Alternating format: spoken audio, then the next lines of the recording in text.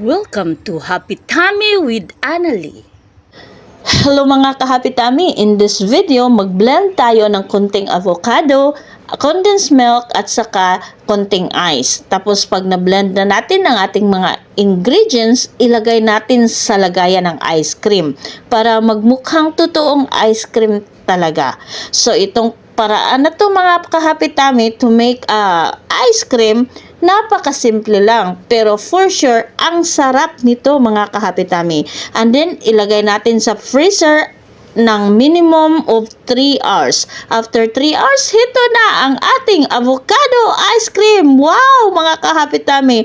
Sobrang sarap ng ating avocado ice cream. Wow! Ang sarap nito! Wow, ito!